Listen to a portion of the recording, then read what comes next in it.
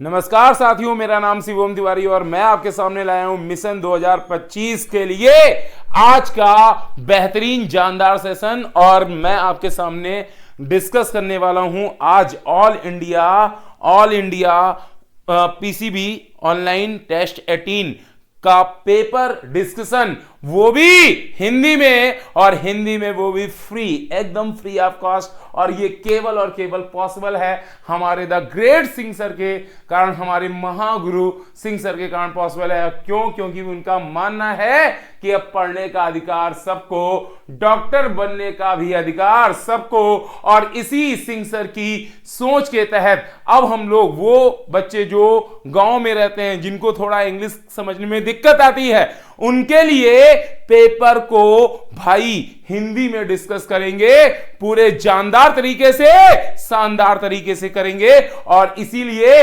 मैं बिल्कुल तैयार हूं। क्या आप तैयार हैं? जल्दी से बताइए, क्या आप लोग तैयार हैं? तो हम लोग क्या पेपर डिस्कशन कर सकते हैं? जल्दी से बताओ, जल्दी से। ए भैया, अब हम लोग शुरू कर रहे हैं आज का सेशन। पहला प्रश्न, और ये रहा आपके सामने पहला प्रश्न। आपके सामने प्रश्न है, सही अनुरूपता का चयन करें। और सही अनुरूपता आपको पता करनी है। यहां पे दिया गया प्रकाश अभिक्रिया, मतलब कि जो लाइट रिएक्शन होती है, ये लाइट रिएक्शन कहां होती है? आप बता सकते हैं? जल्दी से बताइए। अगर आप बता सकते हैं तो बताइए प्रकाश अभिक्रिया को आप किससे मिलान करेंगे? किससे मिलान करेंगे? प्रकाश अभिक्रिया मतलब कि लाइट रिएक्शन। और हमारे द ग्रेट सिंह सर का कहना है, एक फार्मूला है LGDS, मीन्स क्या होता है? लाइट रिएक्शन ग्रेना में, डार्क रिएक्शन स्ट्रोमा में। बहुत पुराना भैया, बहुत पुराना ये सर का फार्मूला है। तो भैया प्रकाश अभिक्रिया मतलब लाइट रिएक्शन कहां होती है? ग्राना में होती है।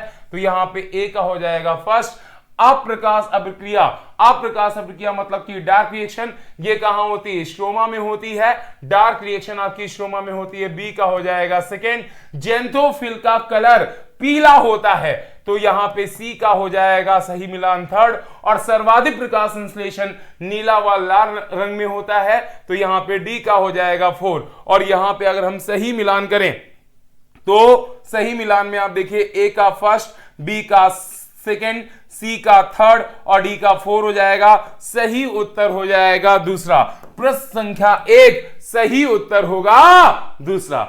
अगला प्रश्न आपके सामने आ गया है प्रश्न संख्या 2 के रूप में। प्रश्न संख्या 2 में आपसे पूछा जा रहा है, हरे पौधों द्वारा ऑक्सीजन का निष्कासन पानी के द्वारा होता है, न कि कार्बन डाइऑक्साइड के द्वारा। किसके उपयोग से यह सिद्ध किया गया?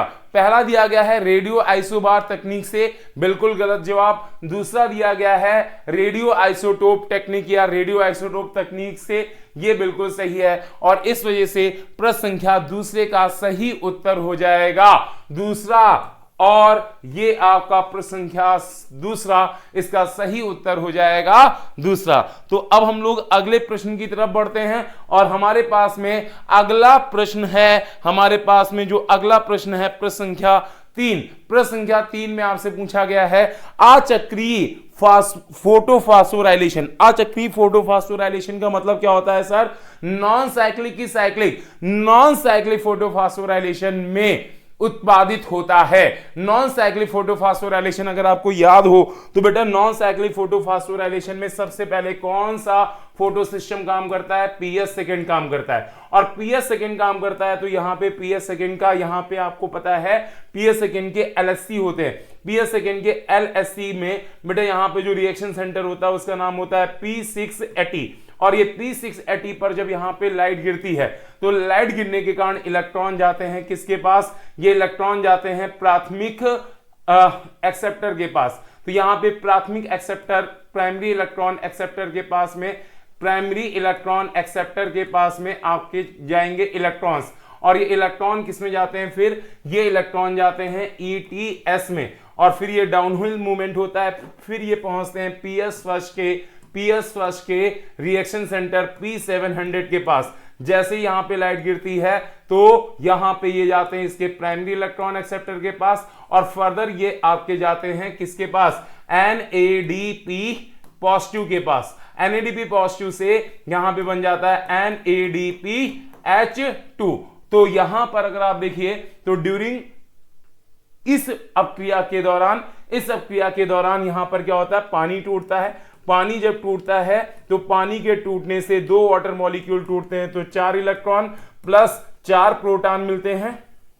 4 इलेक्ट्रॉन के साथ में 4 proton plus oxygen molecule release होता है, इधर NADPH भी बनता है, और जब ETS होती है तो यहां पर ADP और इनऑर्गेनिक फॉस्फेट आपस में जुड़ के ATP बनाते हैं। तो इसका मतलब है कि अगर हम लोग अचक्रीय फोटोफॉस्फोराइलेशन की बात करते हैं तो अचक्रीय फोटोफॉस्फोराइलेशन में आप देखेंगे कि यहां पे ऑक्सीजन बनती है, यहां पे ATP भी बनती है, और यहां पे NADPH2 एंजाइम भी बनता है। और इस वजह से आपके प्रश्न संख्या तीसरे में पहला दिया है केवल NADPH बनता है, नहीं, केवल ATP और NADPH बनता है, ये भी नहीं होगा।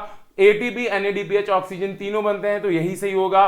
तो प्रश्न संख्या तीसरे का सही उत्तर हो जाएगा तीसरा।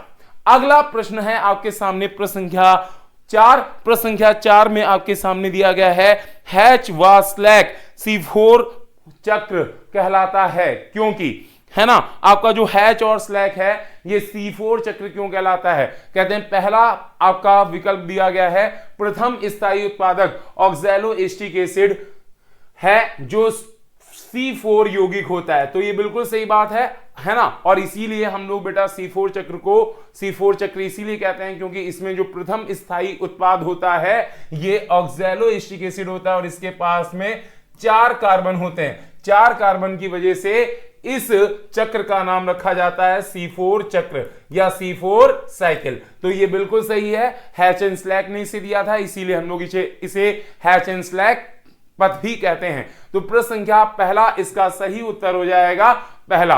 अच्छा, अब यहां पे दूसरा दिया गया विकल्प प्रथम CO2 ग्राही OA एक C4 एसिड है, तो याद रखिएगा हैच एंड स्लैक में जो प्रथम CO2 ग्राही होता है वो आपका पेप होता है, फॉस्फोइनॉल पायरुवेट होता है, ऑक्सैलोएस्टिक एसिड नहीं होता। तीसरा विकल्प दिया गया है सभी मध्यवर्ती उपापचय C4 यौगिक होते हैं, ऐसा भी नहीं होता, इसमें सर पायरुविक एसिड भी बनता है, वो C3 एसिड होता है, तो ये भी गलत हो गया। एक समय में C4 अणु कार्बोक्सिलेशन के पथ में भाग लेते हैं, एक समय में 4 CO2 अणु कार्बोक्सिलेशन पथ में भाग लेते हैं, ये भी गलत बात है ना। एक बार में एक CO2 का कार्बोक्सिलेशन होता है, और इस वजह से आपका सही उत्तर हो जाएगा प्रश्न संख्या 4 का सही उत्तर क्या होगा, बताइए सही उत्तर क्या हो जाएगा पहला। अब अगले प्रश्न की तरफ बढ़ते हैं, प्रश्न संख्या 5। प्रश्न संख्या 5 में पूछा गया है वह एंजाइम जो C3 पादप में पाया जाता है। आपसे पूछा जा रहा है कि वो एंजाइम बताइए जो C3 पादप में पाया जाता है। तो C3 पादप में कार्बोक्सिलेशन करने के लिए रुबिस्को पाया जाता है। आपको कमेंट में बताना है रुबिस्को का पूरा नाम क्या होता है, रुबिस्को का पूरा नाम क्या होता है ये आपको बताना है। इसके अलावा कहते हैं यहां पे NADP रिडक्टेज एंजाइम होता है, बिल्कुल यहां पे NADP रिडक्टेज एंजाइम होता है। क्या C3 प्लांट में ATP सिंथेज होता है, ये भी होता है ना। तो अगर हम बात करें C3 प्लांट में तो रुबिस्को एंजाइम होता ही, आपको पता है कार्बोक्सिलेशन करेगा। अब इसके अलावा रिडक्शन में NADP रिडक्टेज एंजाइम यूज होगा, और जब यहां पे ATP की सिंथेसिस करानी होगी केमी ऑस्मोटिक हाइपोथेसिस से, तो उसके लिए ATP सिंथेज एंजाइम भी चाहिए होगा। तो इस वजह से प्रश्न संख्या 4 का सही उत्तर हो जाएगा चौथा। प्रश्न संख्या 4 सही उत्तर होगा, प्रश्न संख्या 5 का सही उत्तर हो जाएगा चौथा। अब अगले प्रश्न की तरफ बढ़ते हैं, और हमारे पास में अगला प्रश्न है प्रश्न संख्या 6। प्रश्न संख्या 6, इसमें आपको गलत अनुरूपता का चयन करना है, और यहां पे पहला दिया है C3, तो C3 बेटा ज्वार, ये बिल्कुल सही बात है, सोरगम में पाया जाता है, ये सही बात है। C4 प्लांट में रुबिस्को होता है। फिर तीसरा दिया गया है RUBP, ये 5 कार्बन रखने वाला यौगिक होता है, ये गलत बात है। आपका जो रुबिस्को होता है ये 5 कार्बन वाला यौगिक होता है। आपका गलत अनुरूपता आपको चयन करनी थी। प्रश्न संख्या 6 में सही उत्तर क्या हो जाएगा तीसरा। फिर दिया गया है PEP और PGA, ये 3 कार्बन रखने वाले यौगिक होते हैं, ये सही है। C4 प्लांट ज्वार होता है, सही है। C4 प्लांट में रुबिस्को होता है, सही है ना। तो आपका सही उत्तर क्या हो जाएगा सर, यहां पे प्रश्न संख्या 6 में सही उत्तर क्या हो जाएगा तीसरा हो जाएगा। अब अगले प्रश्न की तरफ बढ़ते हैं। अगला प्रश्न हमारे सामने प्रश्न संख्या 7। प्रश्न संख्या 7 में आपके सामने दिया गया है प्रकाश संश्लेषण को प्रभावित करने वाले कारक के लिए गलत अनुरूपता बताइए। आपको बताया गया सूर्य का प्रकाश ये बाह्य कारक होता है, एक्सटर्नल फीचर, एक्सटर्नल फैक्टर होता है, सही बात है। जल आपका एक्सटर्नल फैक्टर होता है, सही बात है।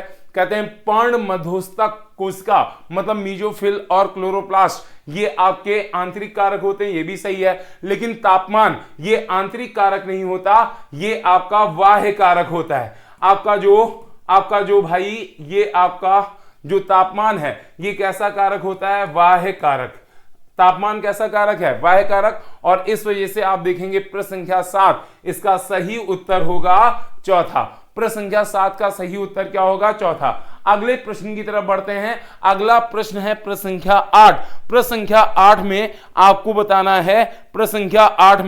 बताना है कि C4 पादपों में प्लाज्मोडेस्माटा का प्रयोग किसके परिवहन में होता है? C4 प्लांट में प्लाज्मोडेस्माटा का प्रयोग किसके परिवहन में होता है ना? तो कहते हैं C4 अम्ल का मीजोफिल कोशिका से पुलाच्छद कोशिकाओं तक। तो ये बिल्कुल सही जवाब है ना? आपका जो C4 एसिड होता है मींस आपका जो बेटा ऑक्सैलोएसिटिक एसिड होता है ये पहले मैलिक एसिड में कन्वर्ट होता है या एस्पार्टिक एसिड में कन्वर्ट होता है और ये जाता है मीजोफिल कोशिका से आपके बंडल शीत कोशिका में मतलब कि पुलाच्छद कोशिका में। फिर अगला दिया गया है C4 अम्ल का पुलाच्छद कोशिका से मीजोफिल कोशिका तक। तो C4 अम्ल आपके बंडल शीत सेल से मीजोफिल सेल में नहीं जाता, तो ये गलत दिया गया है। फिर दिया गया है C3 अम्ल का मीजोफिल कोशिका से पुलाच्छद कोशिकाओं तक।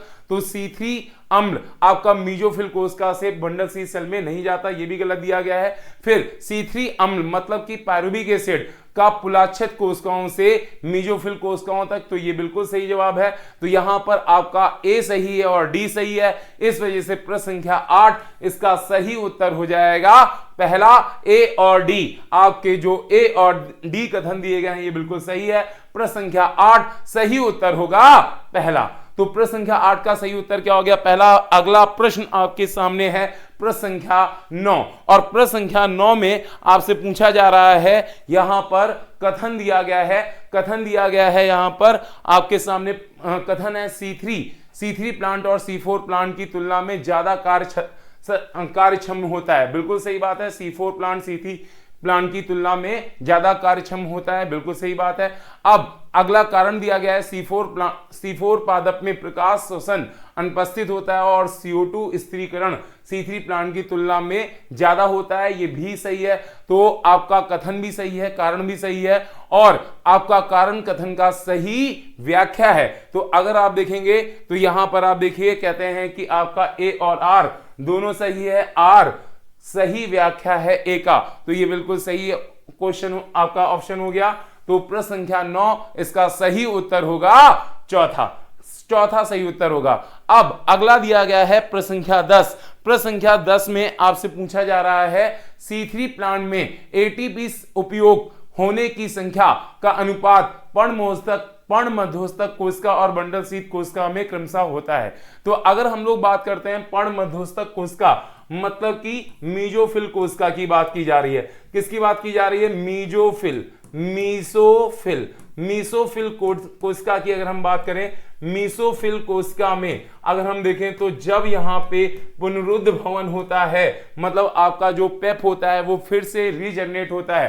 तो रीजनरेशन के लिए, पेप के रीजनरेशन के लिए टोटल 12 एटीपी यूज होते हैं। और अगर हम लोग बात करते हैं बंडल शीत कोशिका में, तो बंडल शीत कोशिका में अगर हम बात करें बंडल शीत कोशिका मतलब BSC बंडल शीत कोशिका में अगर हम देखें तो यहां पे चलती है आपकी कैल्विन साइकिल और कैल्विन साइकिल के दौरान आप जानते हैं 18 एटीपी यूज होते हैं, 18 एटीपी यूज होते हैं। तो अगर हम इनका रेशियो निकालें तो मीजोफिल सेल में कितने होते हैं? 12 और बंडल शीत सेल में कितने होते हैं? 18। तो यहां पे रेशियो क्या आ जाएगा? 2:3 और इस वजह से सही उत्तर क्या हो जाएगा? प्रश्न संख्या 10 इसका सही उत्तर हो जाएगा पहला। प्रश्न संख्या 10 का सही उत्तर क्या होगा? पहला होगा। अगले प्रश्न की तरफ बढ़ते हैं। अगला प्रश्न आपके सामने है प्रश्न संख्या 11। प्रश्न संख्या 11 में आपसे पूछा गया है प्रकाश संश्लेषण के लिए आवश्यक दशाएं हैं। प्रकाश संश्लेषण के लिए कौन सी आवश्यक चीज है? तो पहला दिया गया है प्रकाश और उपयुक्त ताप, बिल्कुल सही बात है। दूसरा दिया गया है क्लोरोफिल और पानी, ये भी सही है। कार्बन डाइऑक्साइड तीसरा, ये भी सही है। तो चौथा उत्तर हो जाएगा उपरोक्त सभी। अब अगले प्रश्न की तरफ बढ़ते हैं। प्रश्न संख्या 12। प्रश्न संख्या 12 में दिया गया है निम्नलिखित में से कौन सा गुण चक्रीय व अचक्रीय फास्फोराइलेशन के बीच समान है? तो आपका दिया गया है कि कौन सा गुण है जो चक्रीय व अचक्रीय फास्फोराइलेशन के बीच समान है। चक्रीय और अचक्रीय में अगर हम बात करें तो आप देखेंगे एटीपी उत्पादन की संख्या, तो एटीपी की उत्पादन संख्या अगर आप देखेंगे तो दोनों में बेटा अलग अलग होती है ना। लेकिन दूसरा दिया गया है एटीपी उत्पादन अगर आप देखेंगे तो ये बिल्कुल सही दिया गया है। और यहां पे आपका तीसरा दिया है ATP NADPH plus H positive का उत्पादन, तो ये भी बिल्कुल गलत है, ये गलत हो गया और ये आपका सही हो गया। और फिर NADPH उत्पादन की संख्या, तो ये भी गलत हो गया। तो अगर आप देखेंगे तो केवल यहाँ पे बी वाला सही है, और बी वाला केवल बी सही कहां पर है? दूसरे उत्तर में सही है। और इस वजह से प्रश्न संख्या 12 का सही उत्तर हो जाएगा, यहां पे प्रश्न संख्या 12 का सही उत्तर हो जाएगा दूसरा। अब अगले प्रश्न की तरफ बढ़ते हैं। प्रश्न संख्या 13। प्रश्न संख्या 13 में आपसे पूछा गया है प्रश्न संख्या 13 में आपसे पूछा गया है सर, यहां पे प्रश्न दिया गया है आपके सामने C4 पादपों में प्राथमिक व अंतिम रूप से कार्बन डाइऑक्साइड का स्थिरीकरण किस कोशिका में होता है? C4 पादपों में बेटा अगर आपसे पूछा जाए कि C4 पादपों में अंतिम रूप से कार्बन डाइऑक्साइड और स्थिरीकरण किस कोशिका में होता है, किस कोशिका में होता है? तो अभी आपने पढ़ा था कौन कौन सी कोशिका थी। एक आपके पास में थी मीजोफिल कोशिका, दूसरी कौन सी थी? बंडल शीथ कोशिका। तो अगर आप देखेंगे पहली कौन होती है? पहले में दिया है पुच्छलात कोशिका और मीजोफिल कोशिका, तो ये नहीं हो सकता। दूसरा दिया गया है आपका मीजोफिल कोशिका और पुच्छलात कोशिका, तो ये बिल्कुल सही है। तो आपका सही उत्तर क्या हो जाएगा? दूसरा। प्रश्न संख्या 13 का सही उत्तर क्या होगा? दूसरा हो जाएगा। अब अगले प्रश्न की तरफ बढ़ते हैं। अगला प्रश्न आपका दिया गया है प्रश्न संख्या 14। प्रश्न संख्या 14 में आपसे प्रश्न किया गया है कि निम्नलिखित में से कौन से वैज्ञानिक हैं जो उस प्रयोग में सम्मिलित नहीं हैं जिनसे प्रकाश संश्लेषण की प्रक्रिया को जानने में क्रमिक विकास हुआ है ना। तो बताइए प्रकाश संश्लेषण के लिए कौन कौन से वैज्ञानिकों ने काम किया है? पहला विकल्प दिया गया है जैकब एंड मोनार्ड। आपने पढ़ा है कि इन्होंने हम लोगों को लैक ओपरान नाम का कॉन्सेप्ट दिया था। तो इन्होंने क्या दिया था? इन्होंने दिया था लैक ओपरान। इन्होंने सर हम लोगों को लैक ओपरान दिया था। क्या दिया था? लैक ओपरान। तो लैक ओपरान दिया था। इनका फोटोसिंथेसिस में कोई भी इनका कोई भी उपयोग नहीं है ना। फोटोसिंथेसिस में इन्होंने कोई भी काम नहीं किया। फिर दिया गया पॉल एहरलिच। तो पॉल एहरलिच इन्होंने बेटा रिवेट पॉपर हाइपोथेसिस दी थी। क्या दी थी? आप लोग इकोलॉजी में पढ़ते हैं रिवेट पॉपर हाइपोथेसिस। तो किसने दी थी रिवेट पॉपर हाइपोथेसिस? ये दी थी पॉल एहरलिच ने। फिर अगला दिया गया वॉन नील। तो इन्होंने भैया बताया था, ये आपके बेटा बहुत इंपॉर्टेंट साइंटिस्ट हैं, ये फोटोसिंथेसिस से रिलेटेड हैं। फिर दिया गया जूलियस वॉन सैच। इन्होंने बताया था कि ग्लूकोज जो होता है जब भी प्लांट ग्रोथ करता है तो ग्लूकोज बनता है और स्टार्च की फॉर्म में उसे स्टोर किया जाता है। और फिर विलियम हार्वे, इन्होंने सबसे पहले रक्त परिसंचरण तंत्र खोजा था। क्या खोजा था? रक्त परिसंचरण तंत्र। इन्होंने खोजा था रक्त परिसंचरण।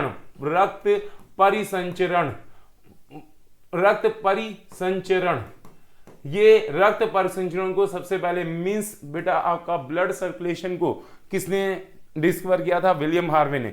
तो यहां पे केवल 2 आपके वैज्ञानिक हैं जिन्होंने प्रकाश संश्लेषण में काम किया था। आपको चुनना था कि कौन कौन से वैज्ञानिक हैं जो उस प्रयोग में सम्मिलित नहीं है जिससे प्रकाश संश्लेषण की प्रक्रिया जानने में क्रमिक विकास हुआ। तो यहाँ पे कौन कौन से साइंटिस्ट नहीं है? आपके जैकब मोनार्ड नहीं है, पॉल एहरलिच नहीं है, और तीसरा आपका बेटा तीसरा आपका विलियम हार्वे नहीं है। तो ये आपको बेटा तीसरे ऑप्शन में मिलेगा A, B, E। ABE ये प्रकाश संश्लेषण से संबंधित नहीं है। तो इस वजह से आपका सही उत्तर क्या हो जाएगा, तीसरा ABE। अब अगले प्रश्न की तरफ बढ़ते हैं, प्रश्न संख्या 15। प्रश्न संख्या 15 में आपसे पूछा गया है कितनी अनुरूपता C4 पादप के संदर्भ में सही है। तो C4 पादप के संदर्भ में कौन कौन सी अनुरूपता हैं जो सही हैं, C4 पादप के संदर्भ में कौन कौन सी अनुरूपता सही हैं, ये आपको बताना है ना।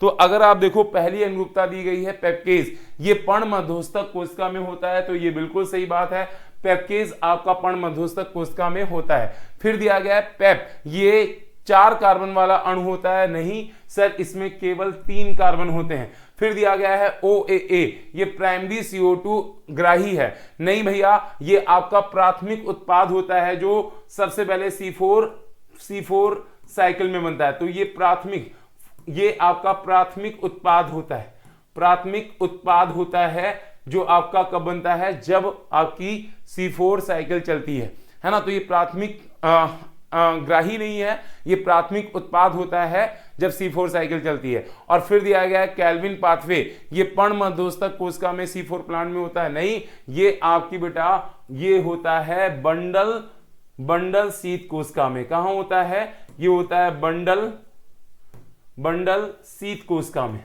आपका जो कैल्विन पाथवे होता है ये C4 प्लांट में बंडल शीत कोशिका में होता है। कहां होता है, बंडल शीत कोशिका में। और इस वजह से आप देखें तो ये भी अनुरूपता गलत दी गई है। तो यहां पे आपको पता करना था कितनी अनुरूपता सही है, तो केवल एक अनुरूपता सही मिली, बाकी सारी अनुरूपता कैसी हैं, गलत हैं। और इस वजह से केवल एक अनुरूपता सही है, तो आपको आंसर मिल जाएगा तीसरा। तो प्रश्न संख्या 15 इसका सही उत्तर क्या हो जाएगा, प्रश्न संख्या 15 का सही उत्तर हो जाएगा बेटा, 15 का सही उत्तर क्या हो जाएगा, तीसरा। अब अगले प्रश्न की तरफ बढ़ते हैं। अगला प्रश्न हमारे सामने प्रश्न संख्या 16। प्रश्न संख्या 16 में आपसे पूछा गया है कि निम्नलिखित में से कौन प्रकाश संश्लेषण के लिए महत्व नहीं है ना। निम्नलिखित में से प्रकाश संश्लेषण का महत्व नहीं है, कहते हैं यह भौतिक और रासायनिक जगत को जोड़ता है, बिल्कुल सही बात है। ये बेटा आपकी जो लाइट होती है, ये लाइट को किसमें बदल देता है, केमिकल में, मतलब ये आपकी बेटा प्रकाश को रसायन में बदलता है, तो ये आपके भौतिक और रासायनिक जगत को जोड़ता है, ये सही बात है।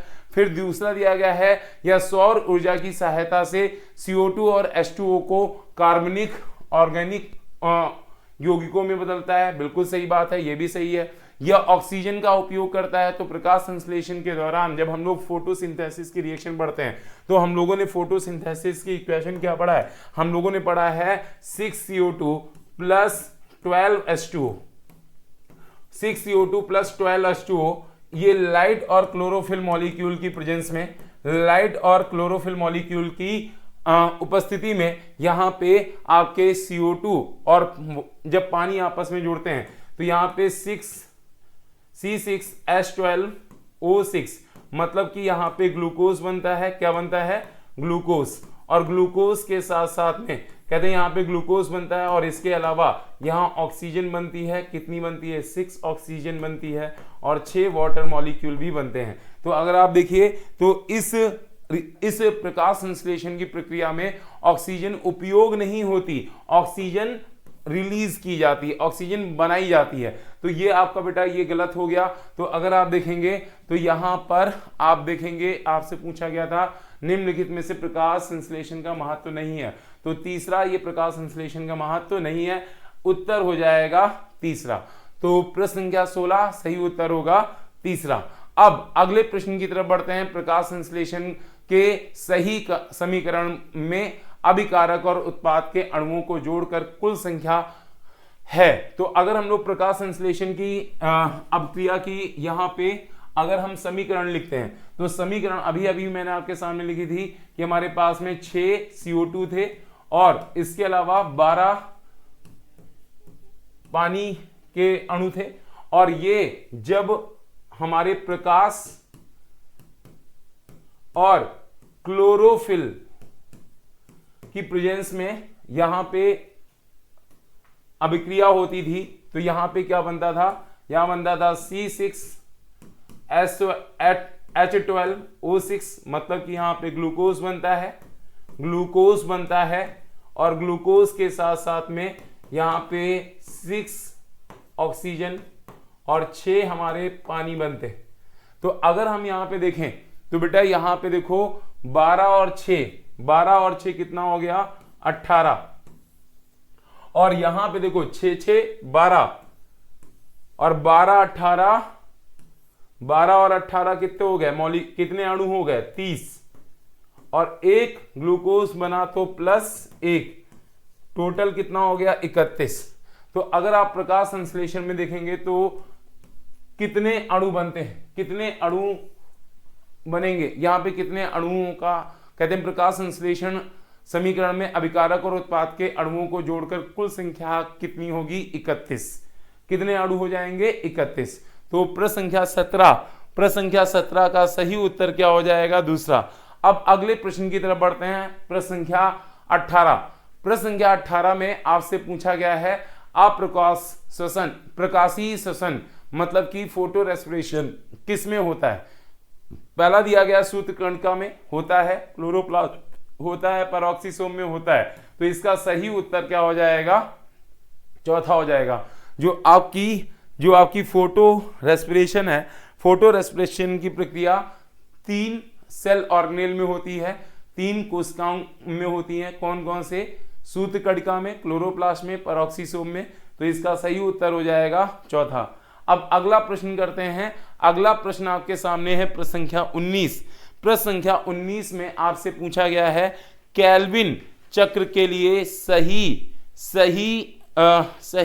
अनुक्रमित चरण होता है। तो बताइए, आप बताइए, अगर हम लोग केल्विन साइकिल की बात करें तो केल्विन साइकिल का जो पहला स्टेप होता है, केल्विन साइकिल का पहला स्टेप बताइए क्या होता है, बोलो कार्बोक्सिलेशन होता है ना। दूसरा स्टेप क्या होता है, अवकाश या रिडक्शन, और तीसरा स्टेप होता है रीजनरेशन या पुनरुद्ध भवन। तो यहाँ पे अगर आप देखेंगे तो प्रश्न संख्या 19 इसका सही उत्तर हो जाएगा पहला ही सही उत्तर हो जाएगा, कार्बोक्सिलेशन, रिडक्शन और रीजनरेशन। अब अगले प्रश्न की तरफ बढ़ते हैं। अगला प्रश्न आपके सामने प्रश्न संख्या 20 है। निम्नलिखित में से कौन सी अनुरूपता गलत है, आपको बताना है कौन सी अनुरूपता गलत है। पहला दिया गया है रसोपरासरणी परिकल्पना मतलब कि केमी ऑस्मोटिक हाइपोथेसिस, ये नाइट्रोजन स्थिरीकरण के लिए दी गई है, नहीं, गलत बात है ना। ये फास्फोराइलेशन के लिए दी गई है। फिर अगला दूसरा विकल्प दिया गया है रसोपरायणी परिकल्पना, फास्फोराइलेशन के दी गई है, बिल्कुल सही दिया गया है। जेड स्कीम भैया प्रकाश अभिक्रिया है, ये सही बात है, ये आपकी लाइट रिएक्शन होती है। जल अघटन सम्मिश्रण, ये आपका पीएस सेकेंड से जुड़ा होता है, बिल्कुल सही बात है। जल अघटन कॉम्प्लेक्स या सम्मिश्रण है ना, मतलब कि वाटर स्प्लिटिंग कॉम्प्लेक्स, ये पीएस सेकेंड से जुड़ा होता है, तो ये बिल्कुल सही बात है। तो यहाँ पे केवल एक अनुरूपता है जो गलत है, और वो कौन सी अनुरूपता है, पहली अनुरूपता है। तो आपको गलत अनुरूपता चुननी थी, तो यहाँ पे सही उत्तर क्या हो जाएगा, पहला हो जाएगा। अब अगले प्रश्न की तरफ बढ़ते हैं। अगला प्रश्न आपके सामने है प्रश्न संख्या 21। प्रश्न संख्या 21 में आपके सामने दिया गया है प्रश्न संख्या 21। प्रश्न संख्या 21 में आपसे पूछा गया है, आपको बताना है कौन सा कथन सत्य होगा, कौन सा कथन सत्य होगा। इसमें दिया गया है अनेक कारक परस्पर क्रिया करते हैं तथा साथ साथ प्रकाश संश्लेषण को प्रभावित करते हैं। कहते हैं यहाँ पे अनेक कारक परस्पर क्रिया करते हैं तथा ये प्रकाश संश्लेषण को प्रभावित करते हैं। तो ये बताइए प्रकाश संश्लेषण के लिए बात सत्य है कि असत्य है, सही है। अब देखिए दूसरा क्या दिया है, सामान्यता एक कारक मुख्य कारक होता है जो कि दर को प्रभावित करता है, ये भी सही है, ये भी सही है। अब देखिए कहते हैं किसी भी बिंदु पर दर को वह कारक प्रभावित करते हैं जो उपानुकूलतम स्तर पर उपलब्ध होते हैं, ये भी सही है ना, ऑप्टिमम कंडीशन में होने चाहिए। तो यहाँ पे आप देखिए आपका सही उत्तर क्या हो जाएगा, चौथा। प्रश्न संख्या 21 का सही उत्तर क्या हो जाएगा, चौथा हो जाएगा। अब अगले प्रश्न की तरफ बढ़ते हैं। अगला प्रश्न आपके सामने दिया गया है पीएस सेकेंड में अभिक्रिया केंद्र होता है। पीएस सेकेंड अभी मैंने आपको बना के दिखाया था। पीएस सेकेंड का जो पीएस सेकेंड है इसका जो आपका रिएक्शन सेंटर है, पीएस सेकेंड का रिएक्शन सेंटर क्या होता है, PS सेकेंड का रिएक्शन सेंटर होता है P680, है ना। और बेटा PS फर्स्ट का क्या होता है, PS फर्स्ट का क्या होता है P700। तो अगर हम देखें PS सेकेंड का अभिक्रिया केंद्र क्या होगा, ये हो जाएगा दूसरा आपका PS सेकेंड का जो अभिक्रिया केंद्र होता है ये आपका होता है P680 मतलब P680। अब अगले प्रश्न की तरफ बढ़ते हैं और हमारे पास में अगला प्रश्न जो है वो दिया गया है, आपको सही कथन पता करना है। इनमें से कौन सा कथन है जो सही है, आपको पता करना है कौन सा कथन है जो सही है ना। तो यहां पर देखिए पहला दिया गया है पादपों में मध्यस्तर के सूर्य प्रकाश के 10% से प्रकाश संतृप्तता हो जाती है। तो यहाँ पे मध्यस्तर दिया गया है, मध्यस्तर नहीं बेटा, यहाँ पे सही क्या होना चाहिए, मध्यस्तर नहीं, यहाँ पे गलत दिया गया है। तो मध्यस्तर नहीं, यहाँ पे दिया गया है मॉडरेट सनलाइट, मतलब मध्यस्तर सनलाइट से काम चलता है। तो याद रखना फुल सनलाइट पर होता है, टोटल फुल सनलाइट पर होता है। तो ये सही नहीं है, ये आपका विकल्प सही नहीं है। फिर दूसरा दिया गया वातावरण में CO2 की सांद्रता 0.03 से 0.04% होता है, ये भी सही, ये सही है आपका। फिर दिया गया है C3 पादप C2 के प्रति संतृप्तता 450 मिलीमीटर पर लीटर सांद्रता प्रदर्शित करते हैं। तो अगर आप इसको देखेंगे तो यहां पर आप देखेंगे कि ये आपके जो C3 प्लांट हैं ये आपकी 450 ml पर लीटर पे सांद्रता को प्रदर्शित करते हैं, लेकिन ये सांद्रता के पर नहीं, पर नहीं, उसके ऊपर, मतलब कि उसके बाद बियॉन्ड प्रदर्शित करते हैं, बियॉन्ड प्रदर्शित करते हैं, है ना। तो ये आपका क्या हो गया, गलत हो गया। 450 ml पर लीटर पर नहीं, उससे ऊपर की सांद्रता पर ये आपकी बेटा इनमें सैचुरेशन दिखाई देता है। तो अगर हम लोग C4 प्लांट की बात करें तो C4 प्लांट में लिखा गया है कि C4 प्लांट की CO2 की 360 ml पर लीटर से अधिक सांद्रता पर संतृप्तता प्रदर्शित करते हैं। तो अगर हम यहाँ पे बात करें तो यहाँ पे आपका दिया गया है कि ये लोग जो होते हैं ये आपके जो C4 प्लांट होते हैं ये आपके लगभग, यहाँ पे लगभग नहीं लिखा है, तो यहाँ पे क्या लिखा होना चाहिए था, यहाँ पे लगभग 360 पर दिखाते हैं, लगभग 360 पर। तो ये भी क्या हो गया, गलत हो गया। तो अगर हम देखें तो यहाँ पे केवल एक ही अनुरूपता सही दी गई है, और एक अनुरूपता जो सही दी गई है वो कौन सी दी गई है सर, दूसरी अनुरूपता सही दी गई है। और दूसरी अनुरूपता आपको ये विकल्प मिलेगा दूसरा, तो केवल बी वाला जो है वो सही है, और इस वजह से प्रश्न संख्या 23 इसका सही उत्तर हो जाएगा दूसरा। अब अगले प्रश्न की तरफ बढ़ें तो आप देखिए अगले प्रश्न की तरफ बढ़ते हैं। निम्नलिखित में से कौन सा कथन केल्विन चक्र के लिए असत्य है, आपको बताना है कौन सा कथन है जो केल्विन चक्र के लिए सत्य है। देखिए आपको बताना है कि कौन सा कथन है जो केल्विन चक्र के लिए सत्य है। पहला दिया है CO2 शर्करा में समांगीकरण हो जाता है। CO2 शर्करा में समांगीकरण मतलब कि यहाँ पे CO2 में एसिमिलेशन होता है, CO2 एसिमिलेटेड होता है, तो केल्विन साइकिल के दौरान CO2 का समांगीकरण हो जाता है, ये बिल्कुल सही बात है। RUBP फिर से बनता है, RUBP बनता है, ये भी सही है। फिर इसके लिए ATP और NADPH की आवश्यकता है, ये भी सही है। तो प्रश्न संख्या 24 इसका सही उत्तर क्या हो जाएगा, चौथा, उपरोक्त सभी। तो प्रश्न संख्या 24 का सही उत्तर क्या होगा, चारों विकल्प सही हैं। तो यहाँ पे तीनों विकल्प सही है, इसका मतलब यहाँ पे उत्तर हो जाएगा चौथा, है ना, उपरोक्त सभी। अब अगला प्रश्न दिया गया है, अगला प्रश्न दिया गया है प्रकाश निम्नलिखित में से कितने पहलू हैं जो C3 और C4 के बीच में समान नहीं है ना। तो अगर हम लोग C3 प्लांट की बात करते हैं तो C3 प्लांट में अगर आप देखोगे तो प्रकाश शोषण C3 प्लांट में बेटा होता है, C4 प्लांट में नहीं होता। ठीक, अब दूसरा दिया गया है उपयोग हुए ATP की संख्या, है ना। तो अगर हम लोग C3 प्लांट की बात करें तो C3 प्लांट में अगर आप देखेंगे तो C3 प्लांट में टोटल 18 ATP ही बनते हैं। कितने यूज होते हैं, 18 ATP। C3 प्लांट में टोटल 18 ATP यूज किए जाते हैं, उपयोग में लाए जाते हैं। और अगर हम लोग बात करें C4 प्लांट में, तो C4 प्लांट में आप देखते हैं कि यहां पे आपके 12 ATP यूज होते हैं रीजनरेशन में, और यहां पे केल्विन साइकिल के दौरान जब बंडल शीट में केल्विन साइकिल होती है तो वहां पे 18 ATP यूज होते हैं। और अगर हम देखें तो टोटल ATP कितने होते हैं, 30 ATP। तो C4 और C4 प्लांट में बताइए, यहां पे C3 और C4 प्लांट में बात करें तो दोनों में ATP की संख्या समान यूज हो रही है कि अलग अलग। देखिए C3 प्लांट में कितनी यूज होती है, केवल 18 ATP, और यहां पे टोटल कितने ATP यूज होती है, 30। अब दिया गया है यहां पे उपयोग हुए NADPH की संख्या। तो ये देखो यहां पे प्रकाश संश्लेषण आपका जो होता है C3 प्लांट में होता है, C4 में नहीं होता, तो ये आपका समान नहीं हुआ। फिर ATP की संख्या दोनों में समान नहीं है। फिर दिया गया है उपयोग हुए NADPH की संख्या।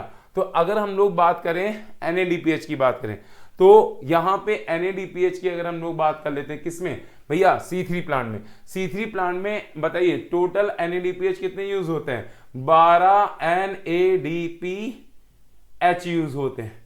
और अगर हम लोग बात करें केल्विन साइकिल में, तो केल्विन साइकिल जब चलती है कहां पे, C4 प्लांट में, तो वहां पे बेटा आप देखेंगे 12 NADPH ही यूज होते हैं। ठीक है, तो कितने यूज होते हैं, 12 NADPH। ठीक है, तो कहते हैं यहां पे 12 NADPH यूज होते हैं। ठीक है, तो अगर हम बात करें तो यहां पर ये क्या हो गया, गलत हो गया।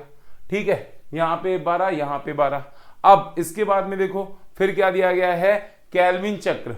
तो केल्विन चक्र आप देखो C3 में भी होता है, C4 में भी होता है। ठीक है, तो दोनों में होता है। फिर आपका CO2 स्थिरीकरण की मात्रा, तो कहते हैं दोनों में बेटा 6 CO2 का फिक्सेशन होता है। तो यहां पे कितने हैं जो समान नहीं है, कितने हैं जो समान नहीं है, बता सकते हैं आप कितने हैं जो समान नहीं है, 3 हैं जो समान नहीं है ना। तो यहाँ पे कितने समान नहीं है ना, कितने समान पहलू नहीं है, 3 समान पहलू नहीं है ना। कौन कौन से, यहाँ पे देखो पहला, दूसरा और तीसरा। तो उत्तर क्या हो जाएगा, प्रश्न संख्या 25। सही उत्तर क्या हो जाएगा, तीसरा हो जाएगा। प्रश्न संख्या 25 का सही उत्तर क्या हो जाएगा, बताइए, आप बताइए, सही उत्तर क्या हो जाएगा, तीसरा हो जाएगा। अब अगले प्रश्न की तरफ बढ़ते हैं। अगला प्रश्न आपके सामने है प्रश्न संख्या 26।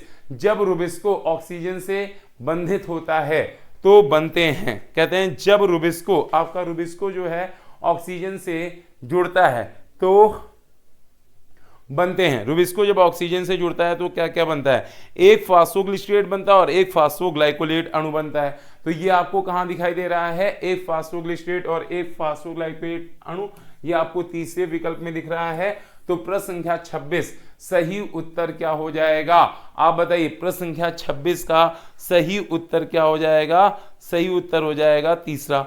अब अगले प्रश्न की तरफ बढ़ते हैं, प्रश्न संख्या 27। और प्रश्न संख्या 27 में आपसे पूछा जा रहा है निम्नलिखित में से कौन सी अनुरूपता प्रकाश संश्लेषण के संदर्भ में सही है। आपको बताना है कौन सी अनुरूपता सही है ना। तो पहला दिया गया है स्ट्रोमा लैमली की झिल्ली में PS फर्स्ट और PS सेकेंड उपस्थित। तो अगर स्ट्रोमा लैमली की बात करें, स्ट्रोमा लैमली में अगर आप बात करेंगे तो यहाँ पे PS फर्स्ट तो होता है, लेकिन यहाँ पे PS सेकेंड नहीं होता है ना। स्ट्रोमा लैमली में आप देखोगे PS फर्स्ट होता है, इसीलिए आपके जो स्ट्रोमा लैमली होता है इसमें चक्रीय फास्फोराइलेशन होता है। चक्रीय फोटोफास्फोराइलेशन कहाँ होता है, स्ट्रोमा लैमली में। क्यों, क्योंकि यहाँ पे केवल PS फर्स्ट होता है, PS सेकेंड अनुपस्थित होता है। अब स्ट्रोमा लैमली में कहा जा रहा कि झिल्ली में NADP रिडक्टेज एंजाइम अनुपस्थित होता है, तो ये बिल्कुल सही बात है। आपके स्ट्रोमा लैमली में, स्ट्रोमा लैमली की झिल्ली में NADPH रिडक्टेज एंजाइम आपका अनुपस्थित है। ऑक्सीडेटिव फास्फोराइलेशन क्लोरोप्लास्ट में होता है, नहीं, ये आपका कहां होता है, ये आपका माइटोकॉन्ड्रिया में होता है। कहां होता है, माइटोकॉन्ड्रिया में, याद रखिएगा, ये आपका होता है माइटोकॉन्ड्रिया। कहां होता है, माइटोकॉन्ड्रिया, माइटोकॉन्ड्रिया में होता है, माइटोकॉन्ड्रिया में। कहां होता है, माइटोकॉन्ड्रिया, माइटोकॉन्ड्रिया में होता है, क्लोरोप्लास्ट में ऑक्सीडेटिव फास्फोराइलेशन नहीं होता। तो अगर आप देखेंगे तो प्रश्न संख्या 27 का सही उत्तर क्या हो जाएगा, दूसरा हो जाएगा। अब अगले प्रश्न की तरफ बढ़ते हैं। अब अगला प्रश्न आपके सामने दिया गया है प्रश्न संख्या 28, और प्रश्न संख्या 28 में आपसे पूछा गया है, नीचे दो कथन है और दोनों कथन में से आपको सही उत्तर चुनना है। तो पहला दिया गया है, जोसेफ प्रिस्ले ने 1770 में बहुत सारे प्रयोग किए जिससे पता लगा कि हरे पौधों में वृद्धि में हवा एक अनिवार्य भूमिका है। तो बिल्कुल सही बात है। फिर दूसरा कथन दिया गया है, जूलियस वॉन सैच ने यह प्रमाण दिया कि जब पौधे वृद्धि करता है तो ग्लूकोज बनती है, ये भी सही है। तो आपका पहला कथन भी सही है, दूसरा कथन भी सही है, और इस वजह से प्रश्न संख्या 28 इसका सही उत्तर हो जाएगा चौथा। अब अगले प्रश्न की तरफ बढ़ते हैं। अगला प्रश्न दिया गया है, नीचे दो कथन है और आपको सही उत्तर यहां पे जानना है। तो पहला दिया गया है, चक्रीय फोटोफॉस्फोराइलेशन तभी होता है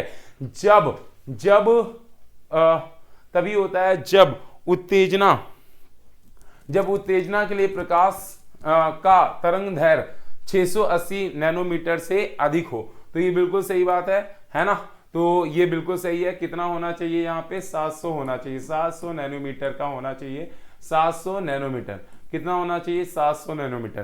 तो आपका चक्रीय फास्फोराइलेशन हो जाएगा, मतलब 680 से अधिक होना चाहिए, है ना। तो ये बिल्कुल सही बात है। अब देखो, कहते हैं जब दो फोटोफॉस्फोराइलेशन क्रमिक कार्य करते हैं जिसमें पीएस सेकेंड पहले और पीएस फर्स्ट दूसरे क्रम में कार्य करे, तो इस प्रक्रिया को अचक्रीय फोटोफॉस्फोराइलेशन कहते हैं। यह भी कथन सही है। तो आपका 29 में आप देखो, पहला कथन भी सही है, दूसरा कथन भी सही है, और इस वजह से प्रश्न का सही उत्तर हो जाएगा चौथा। तो प्रश्न संख्या 29 सही उत्तर होगा। बताइए 29 का सही उत्तर क्या हो जाएगा, चौथा। अगला प्रश्न हमारे सामने दिया गया है प्रश्न संख्या 30। प्रश्न संख्या 30 में दिया गया है, प्रकाश श्वसन पथ में एटीपी और एनएडीपीएच का संश्लेषण नहीं होता। प्रकाश श्वसन के जैविक कार्य के बारे में अभी तक पता नहीं चला है। तो ये बात बिल्कुल सही है। प्रकाश संश्लेषण में ना तो एटीपी बनता है, ना तो एनएडीपीएच बनता है, और अभी इसके जैविक मतलब बायोलॉजिकल फंक्शन क्या करता है ये अभी तक हमें पता नहीं है। कैल्विन पथ C3 और C4 पौधे के में समान होता है। तो कैल्विन साइकिल C3 प्लांट में भी होती है, C4 प्लांट में भी होती है, सही बात है। तो दोनों कथन सही हैं, और इस वजह से आपका 30 का सही उत्तर क्या हो जाएगा, प्रश्न संख्या 30 सही उत्तर हो जाएगा चौथा। अब अगला प्रश्न दिया गया है प्रश्न संख्या 31, और प्रश्न संख्या 31 में आपसे पूछा जा रहा है कि कथन दिया गया है, उष्ण कटिबंधी पौधों के लिए इष्टतम ताप उच्च होता है, समशीतोष्ण जलवायु में उगने वाले पौधे के लिए अपेक्षाकृत कम ताप की आवश्यकता होती है। तो बिल्कुल सही बात है। जो आपके ट्रॉपिकल प्लांट होते हैं उनमें आपका जो ऑप्टिमम टेम्परेचर होता है उनका ज़्यादा होता है, और जो आपके टेम्परेट प्लांट में उगने वाले जो पौधे होते हैं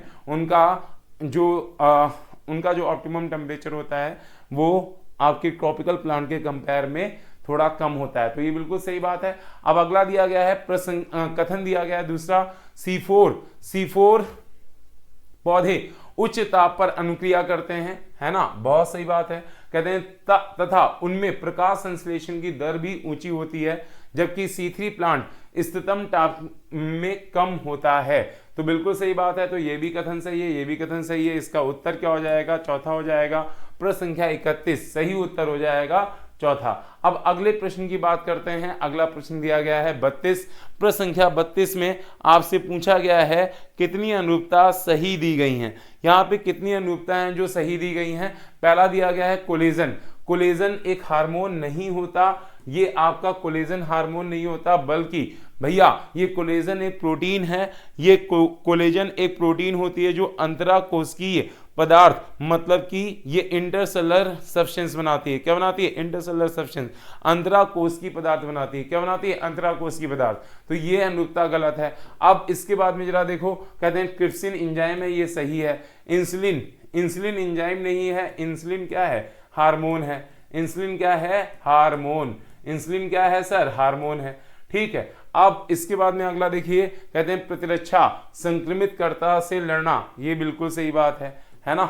ये बात बिल्कुल सही है। प्रतिरक्षी जो होते हैं मतलब एंटीबायोटिक, ये आपके प्रतिरक्षी से आपकी सुरक्षा करते हैं, तो ये बिल्कुल सही बात है। अगला दिया गया है यहाँ पर बीटा प्लेटेड सीट संरचना, ये प्रोटीन की द्वितीयक संरचना होती है, ये भी सही बात है। तो अगर हम लोग बात करें तो यहाँ पे कितनी सही अनुरूपता है, यहाँ पे देखिए, आप देखिए आपकी कौन कौन सी अनुरूपता सही है।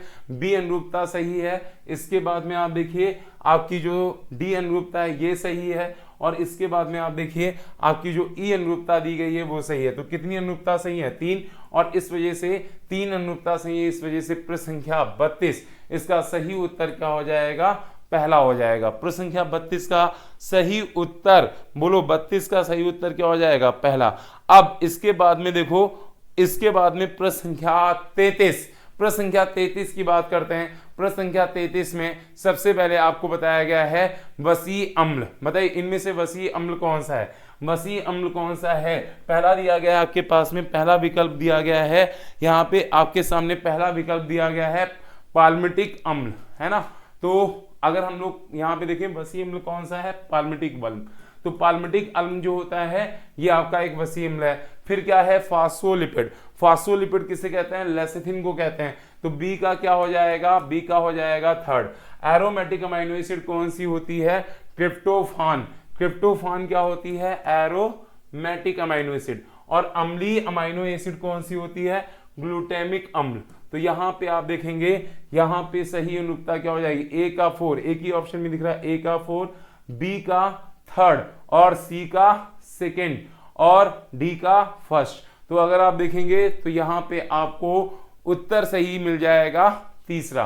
तीसरा उत्तर सही हो जाएगा, ए का हो जाएगा 4, बी का हो जाएगा थर्ड, सी का हो जाएगा सेकेंड, और डी का हो जाएगा फर्स्ट। अब अगले प्रश्न की तरफ बढ़ते हैं। अगला प्रश्न प्रश्न संख्या 34 है।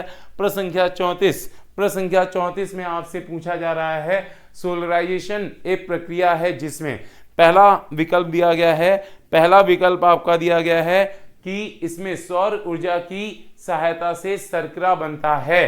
तो भैया ऐसी गलत बात है ना। सोलराइजेशन में शर्करा नहीं बनता, क्लोरोफिल बनते हैं, ये भी गलत बात है। तीसरा दिया गया है प्रकाश की उच्च तीव्रता के कारण क्लोरोफिल अणु टूट जाते हैं, ये बिल्कुल सही बात है। तो प्रश्न संख्या 34 का सही उत्तर क्या हो जाएगा? तीसरा। अगला दिया है प्रकाश का बहाव, ये भी गलत है। तो अब अगले प्रश्न पर चलते हैं। प्रश्न संख्या 35, इसमें दिया गया है नीचे दिए गए कोशिका चक्र के आरेखीय दृश्य से ए डी अवस्थाओं को पहचानो। यहाँ पे ए से डी अवस्थाएं जो आपकी दी गई हैं, है ना, जो आपके कोशिका चक्र मतलब सेल साइकिल में दी गई है, आपको यहाँ पे ए बी सी डी पहचानना था। तो आप जरा देखिए यहाँ पे ए का मतलब क्या है? ए का मतलब यहाँ पे आपको बताया गया है जी नॉट फेज, चूंकि इनएक्टिव स्टेज होती है जहाँ पे आपकी कोशिका विभाजित नहीं होती। अब दूसरा दिया गया है यहाँ पर बी। बी आपका ये दर्शा रहा है एस फेज को, और डी आपका दर्शा रहा है डी आपका दिखा रहा है G2 फेज को, और यहाँ पे सी आपको बता रहा है एम फेज को, एम फेज। तो अगर हम यहाँ पे बात करें ए बी सी डी क्या है, तो ए में दिया गया है जी नॉट। ए क्या है सर? ए जी नॉट है, एस बी आपका एस है। तो आपका ए हो गया जी नॉट, बी क्या हो गया एस, और सी क्या हो गया एम फेज, और डी क्या हो गया G2 फेज। तो अगर आप देखेंगे तो यहाँ पर ए का जी नॉट फेज हो गया, बी हो गया आपका एस फेज, सी हो गया आपका एम फेज, और डी हो गया G2 फेज। सही उत्तर क्या हो जाएगा? दूसरा। प्रश्न संख्या 35 इसका सही उत्तर हो जाएगा दूसरा।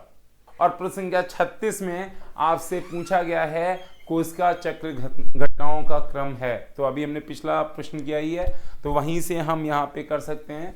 देखिए आपके सामने दिया गया है कोशिका चक्र घटनाओं का सही क्रम आपको बताना है। तो आपको पता है सबसे पहले आपके सेल साइकिल में क्या होता है, सबसे पहले G1 फेज आती है, उसके बाद में S आती है, उसके बाद में G2 आती है, फिर कौन सी आती है? प्रोफेज, फिर आती है मेटाफेज, फिर आती है एनाफेज, फिर आती है टीलोफेज, और उसके बाद होती है साइटोकाइनेसिस। तो ये आपको सही क्रम कहाँ दिख रहा है? पहले ही उत्तर में दिख रहा है G1 S G2 prophase, metaphase, anaphase, telophase, और उसके बाद साइटोकाइनेसिस। तो प्रश्न संख्या 36 इसका सही उत्तर हो जाएगा प्रश्न संख्या 36 इसका सही उत्तर क्या हो जाएगा बच्चा? प्रश्न संख्या 36 का सही उत्तर क्या हो जाएगा भाई? बोलो बोलो, पहला, है ना। तो प्रश्न संख्या 36 का सही उत्तर क्या हो गया? पहला। ठीक,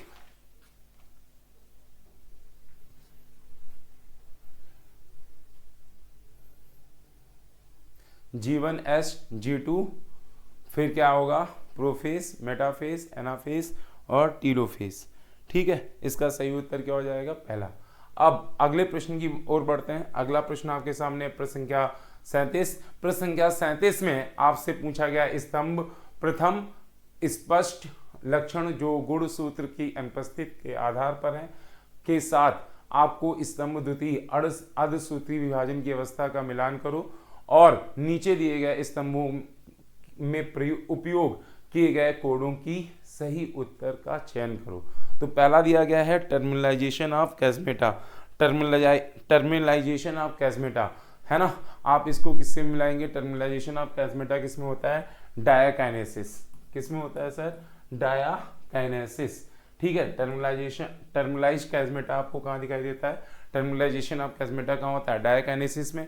फिर दिया गया है कि अर्ध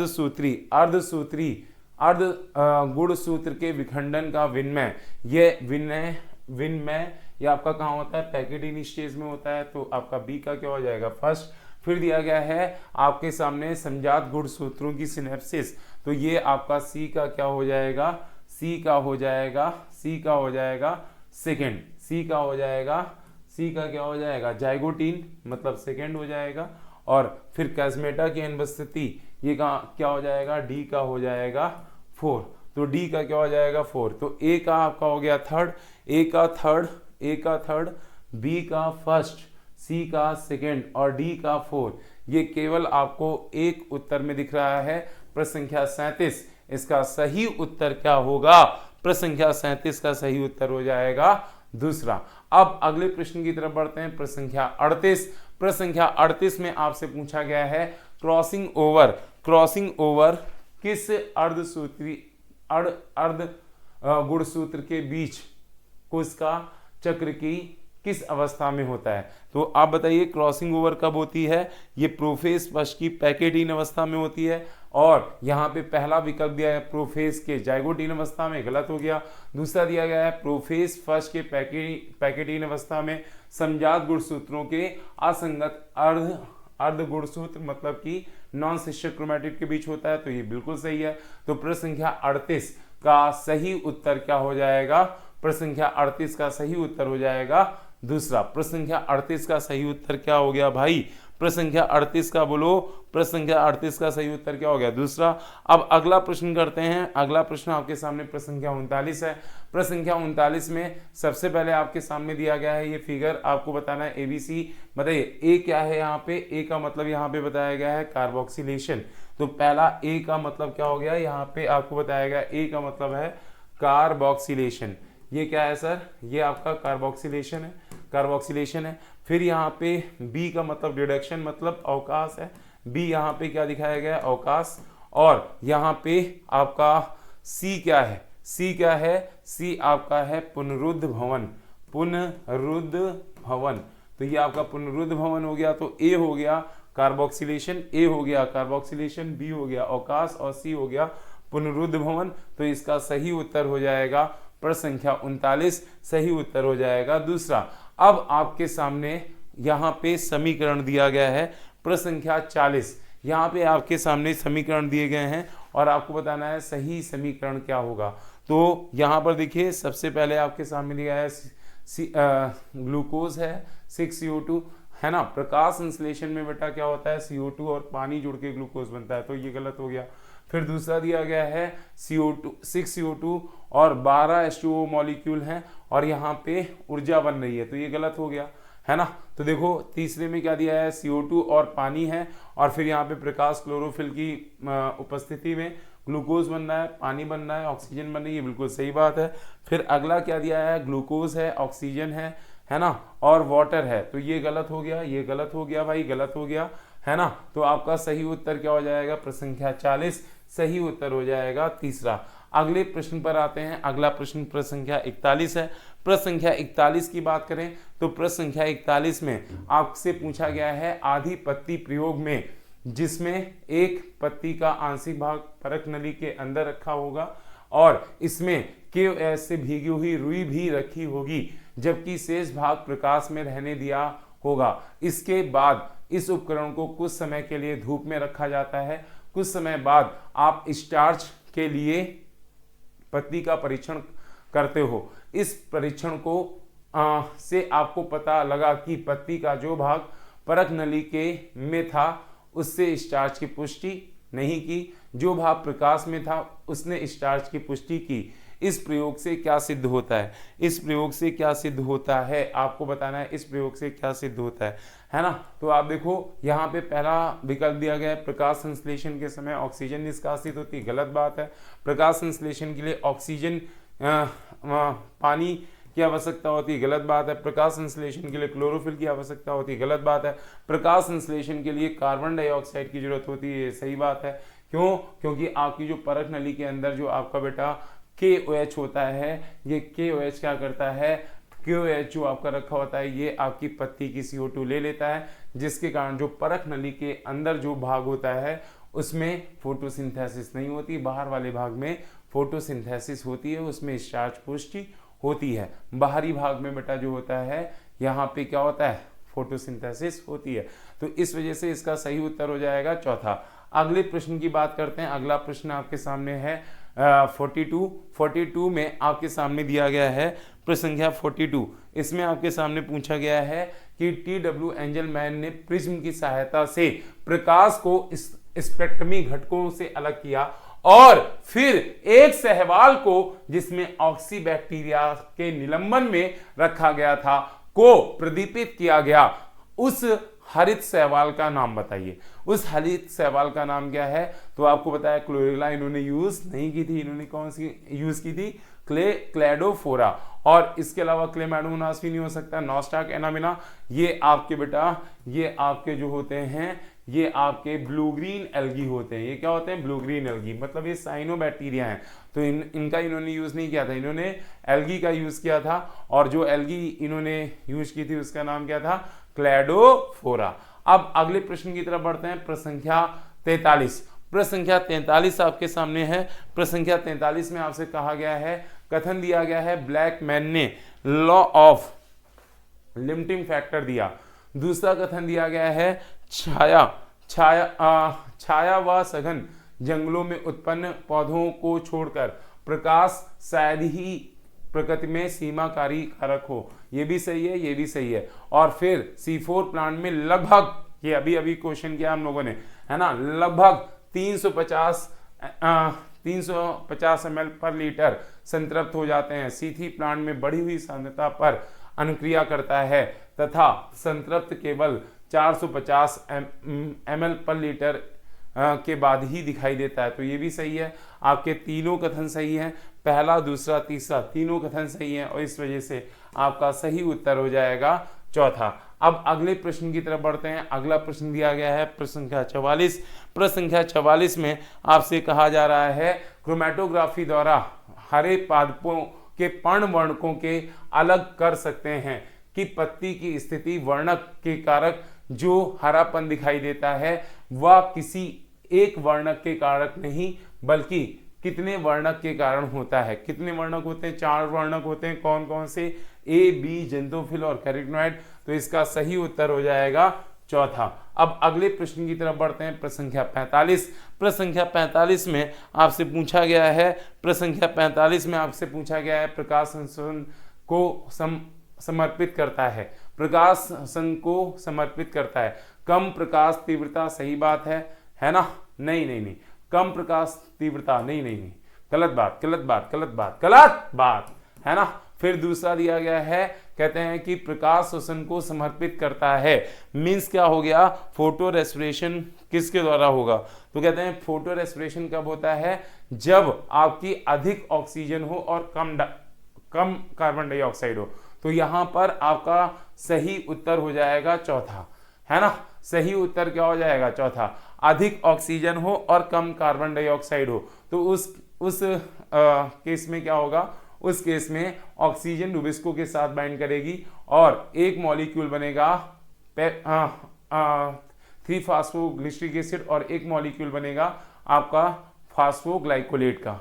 तो यहाँ पे आपका सही उत्तर क्या हो जाएगा, चौथा। अब अगले प्रश्न पर चलते हैं। अगला प्रश्न आपके सामने है प्रश्न संख्या 46। प्रश्न संख्या 46 में आपसे प्रश्न किया गया है, सीमांतकारी प्रभाव में आते हैं जब एक कारक एक जैव रासायनिक प्रक्रिया को प्रभावित करते हैं, गलत बात है।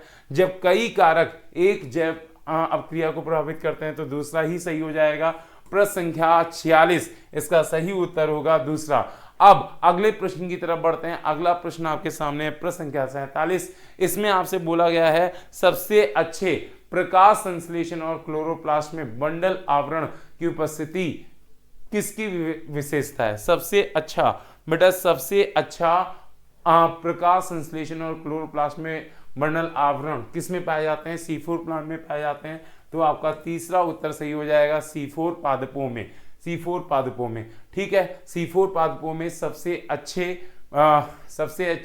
प्रकाश संश्लेषण क्लोरोप्लास्ट में और बंडल आवरण में उपस्थित होते हैं। ठीक है, ये इसका उत्तर हो जाएगा तीसरा। अब अगले प्रश्न की बात की गई है।